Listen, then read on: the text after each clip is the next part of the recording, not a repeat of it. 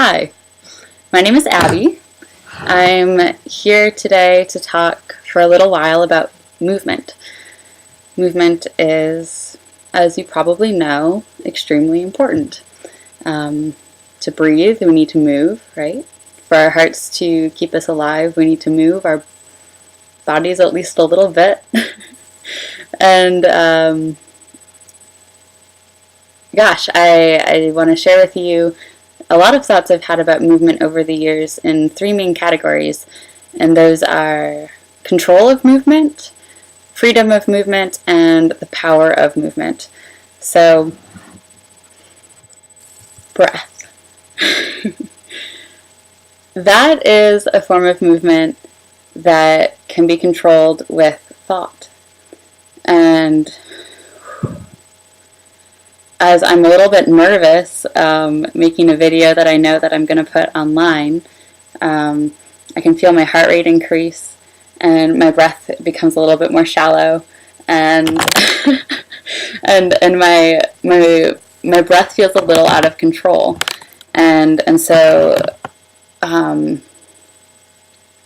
my movement is less controlled as my breath is less controlled. As my breath is more controlled, I feel more in control in my thoughts and in my behavior. And please just forgive my movement of laughter in these videos. It's absolutely a sign of the fact that I'm embarrassed. I don't know how to stop it. So, people try to control movement all the time. We see it when officers say, "Stop right there. I'm talking to you." We see it when people in classrooms say, "Sit down," or when we talk to a dog and we say, "Heel, heel, shake, stop, go." Movement is controlled in traffic signs. Movement is controlled in society all the time, and sometimes that can put animals and humans and plants in a place of chaos, because when movement is not free, I do believe the mind can become sick. And so movement control is one of the most dangerous things in society, I do believe. Just to share with you a few moments of my life that have been controlled, involve serious control of my movement, including rape, moments of control in mental hospitals with police officers, with women in my life, teachers, so that somehow in a moment my soul has been crushed and my movement has been controlled.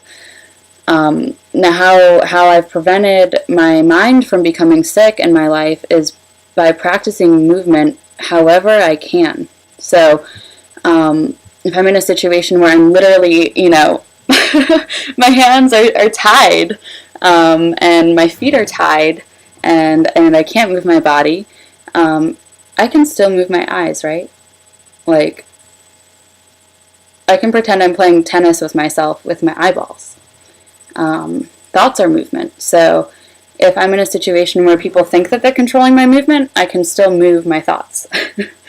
And it's a beautiful thing that people have the power to have more freedom in moments of controlled movement. And that leads me into the next subject of freedom of movement.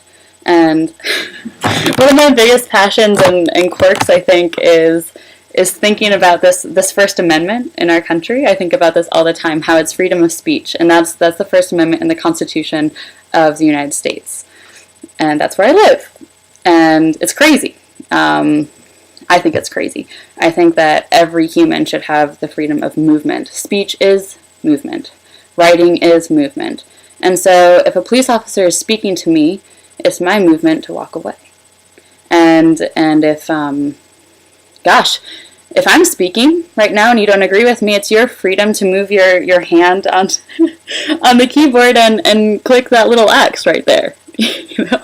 And please do. If I upset you at any time, by all means, move away from me. And that's that's my greatest hope in this life, is that I can express myself freely.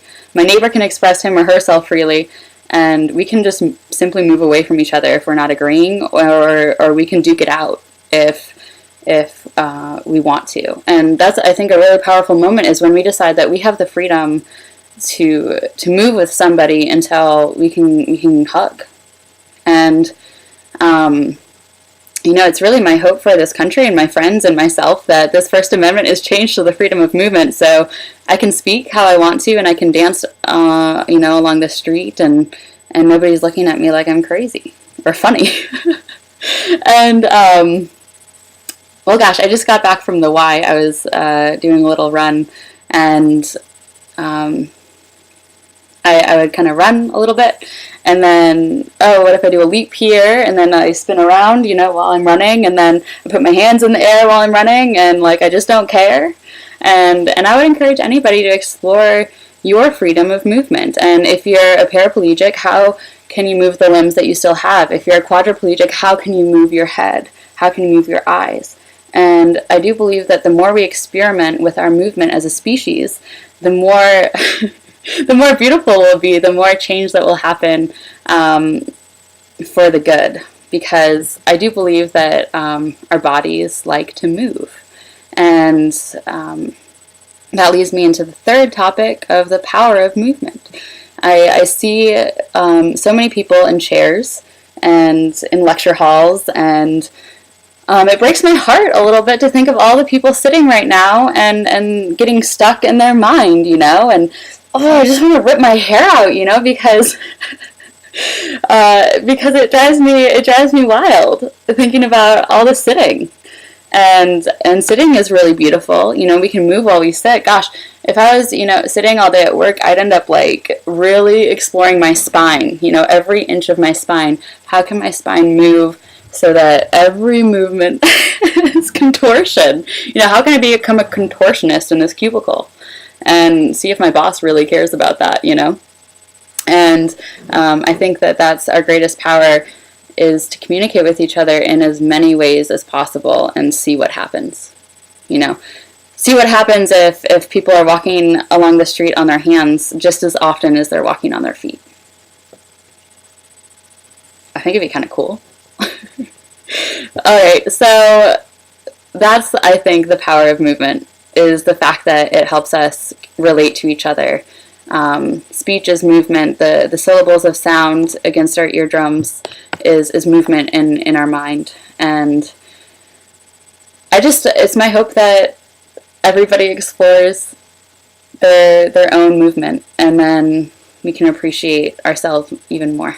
So if you want to talk about movement, know that it's one of my greatest passions, and you can call me at 480-734-1451. That's my personal cell phone, and it's 480-734-1451. Okay, have a great day, and I hope that as you dream tonight, you feel free to squirm.